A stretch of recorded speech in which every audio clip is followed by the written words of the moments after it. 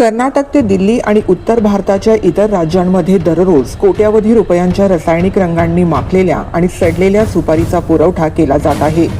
हे प्रकरण आता एका मोठ्या प्रशासकीय घोटाळ्याकडे निर्देश करत आहे। नुकत्याच झालेल्या तपासात आणि जप्तीनंतर FDA अधिकाऱ्यांच्या कार्यपद्धतीवर देखील गंभीर प्रश्नचिन्ह निर्माण झाले आहेत। विश्वासार्ह सूत्र आणि अलीकडे पडलेल्या धाडीनुसार कर्नाटकमधून मोठ्या प्रमाणात पॉलिश केलेली सुपारी ट्रकद्वारे दिल्लीला पाठवली जात आहे। नाशिक FDAने 11 ट्रक जप्त केल्यानंतर असा खुलासा झाला की किडलेली आणि खराब झालेली सुपारी चमकदार व लाल दिसण्यासाठी अत्यंत धोकादायक लेड क्रोमेट आणि सिंथेटिक रंगाचा वापर केला जात आहे। मात्र इतके होऊनही मकरन नावाच्या ट्रान्सपोर्टरद्वारे दररोज 50 ट्रक रासायनिक सुपारी कर्नाटक ते दिल्लीत पोहोचवली जात आहे। या अवैध व्यवसायात स्थानिक अधिकाऱ्यांची भूमिका संशयास्पद मानली जात आहे। तपासादरम्यान खालील मुद्दे समोर आले आहेत।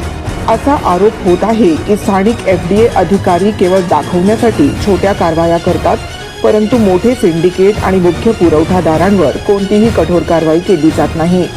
आंतरराज्य सीमांवर अन्न सुरक्षा मानकांची तपासणी अत्यंत ढिलाईने केली जात आहे, ज्यामुळे शेकडो टन विषारी सुपारी दररोज बाजारपेठेत पोहोचत आहे।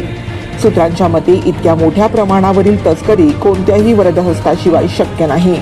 तज्ज्ञांच्या मते ही भेसळयुक्त सुपारी थेटपणे कर्कजन्य आहे। यातील रसायने रंगामुळे खालील आजार होऊ शकतात: ओरल कॅन्सर, लिव्हर खराब होणे, किडनी फेल्युअर आदी। सामाजिक कार्यकर्ते आणि व्यापारी वर्गातून अशी मागणी होत आहे की या संपूर्ण नेटवर्कची उच्चस्तरीय चौकशी केली जावी आणि कर्तव्यात कसूर करणाऱ्या FDA अधिकाऱ्यांवर कठोर विभागीय कारवाई करण्यात यावी।